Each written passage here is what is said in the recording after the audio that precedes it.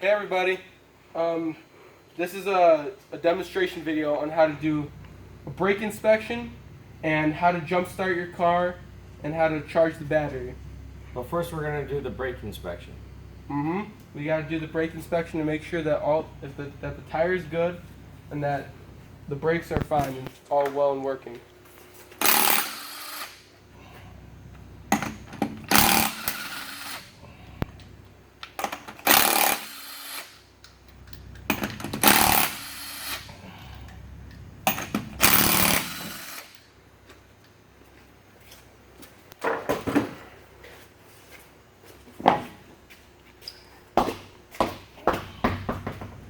So here we have the brake caliper. Right there. We got the rotor, Yes. and then we got the two pads on the inside. You got an inboard pad and you got an outboard pad. And then you've got the shims inside here that are supposed to put down pressure. Not all floating caliper designs actually have shims that put down pressure. Sometimes they just got a spring just to hold the pad in place. Certain pads are designed in order to lock into the actual bracket. This bracket is part of the spindle. Sometimes they actually unbolt, but this one is actually part of the spindle. You always want to have your guides lubed. Your guides are actually right here in the back. When they don't have proper lubrication, what will happen is your inboard pad will wear faster than your outboard pad, or vice versa, depending upon the caliper design. So this is a basic setup that Bendix made for Chrysler, and they've used this braking system for almost 20 years, maybe even 30.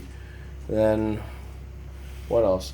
Most disc brake designs are all 60-40%, so 40% braking in the rear, 60% in the front, and it all depends upon what the manufacturer designed the vehicle to do, depending upon the weight of the vehicle, the height of the vehicle, how many passengers it holds.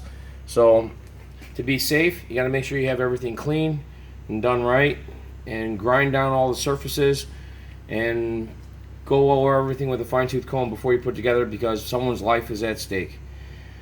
Yeah, and about the tire pressure has to be, between 32 and 35. And when checking your tire pressure, make sure that if there's too little, you'll be able to feel it in the tire. And if there's too much, it's just going to be very stiff and very much too round. So what we're doing here is, this is a perfectly good rotor, perfectly good. Well, what would you say? I just did the brakes on this. Yeah, this looks pretty nice already. So this finish right here, this is from us grinding it down, and we already had these rotors cut. The finish on it's got a perfect glaze to it. If they're too blue, that means the brakes are getting hot. And if you can tell if your pad's wearing improperly, basically if it's like, you can tell where the pad's riding on the caliper, the pad's riding on the rotor. If it's wearing improperly, you'll have shiny on one side or blotchiness where it could be heat spotting. But this is perfect wear. This driver is actually a female driver and doesn't drive very far at all. She drives locally in town. So all she really does is knock the rust off the rotors every time she takes a trip. She probably puts maybe 3,000 miles on the vehicle the whole year, whereas a normal driver does 12,000 miles on average per year. All right, and that'll conclude the brake inspection portion, and we're going to move on to the jump start and battery. All right, everybody, this is what I'm going to show you how to jump start a battery, just in case your car were to break down because you have low battery, or maybe maybe the alternator's not working right, and the battery just doesn't get enough amps from it. So I'm gonna have my dad here show you how to jump start it. Basically, it's simple. Nowadays, everybody has a little battery jump pack. If they have the old school NiCad battery where you charge it up and it's very big and bulky and heavy, it's the same principle.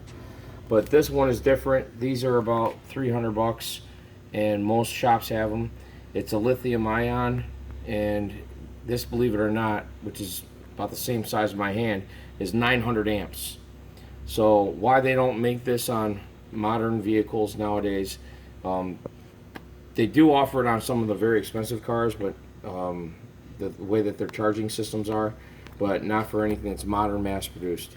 So this right here is an awesome gadget. So you basically want to hook up positive to positive, which would be your positive lead right here, clamp it to the battery post, and then you have the negative battery post. Some people like to go straight to the ground, which could be chassis, or you could go right to the battery as well. I prefer going to the battery because that's the source. If you go to the ground, sometimes you have to worry about if the ground that goes to the chassis or to the block, if that's corroded. If it is corroded, then it's not going to be of any use. So if you go right to the source, which is back of the battery, which you always want to check your connections at the battery because those could corrode as well. So you just go ahead and you connect the leads. This is a Matco tools, which really Matco, Max, Snap-on, all of them really are the same. It's got a built-in circuit breaker and an override switch. It'll basically tell you, and they make it idiot-proof so that way you can use it at all times. You plug it in, it reads red for a second, which means that it's inactive. After it makes a good contact, she'll light up green and then flash. So Dad, how do So there's green, So Dad, how do and then it flashes, then you're able to go ahead and start the vehicle. And that's all that there is to it for this type of vehicle. Almost any application, if you wanted to just do regular jumper cables to jump start a vehicle and you're in a parking lot, let's say you forget your keys in the car or you leave a light on or something like that, it's all it takes to drain a battery. You take the jumper cables and you do positive to positive, and then negative, which would be the jump starting car, and then negative on the vehicle that you're actually jumping. So you do positive, positive, negative, negative, and then reverse order in order to unhook the vehicle after you've started it. Normally a vehicle won't start right away after you put the battery cables on. You have to let the battery charge up for a little bit. So that's kind of what you really have to do. And that's really all there is to jump starting a vehicle.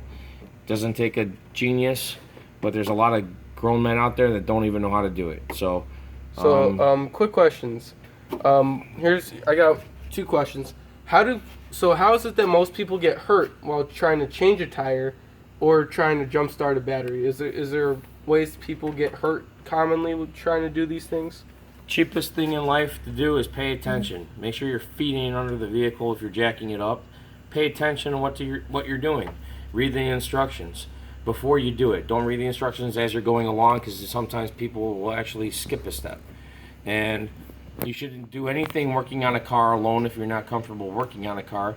I've been doing this for 20 years and I am perfectly comfortable working on a vehicle by myself, but there's some people that you can't leave them alone for too long because something bad will happen. What was the other question? How do people get hurt while trying to jump start a battery? Again, it just goes back to paying attention. If you're going to deal with machinery, you don't do it while you're either medicated or on alcohol. And then if you're going to be working on someone's vehicle, whether it's your own or someone else's, and you think you know everything, you don't. You always proceed with caution. Otherwise, you will be losing a finger or ending up in a hospital. All right. Well, that'll conclude this this video. Thank you all for watching, and have a good day.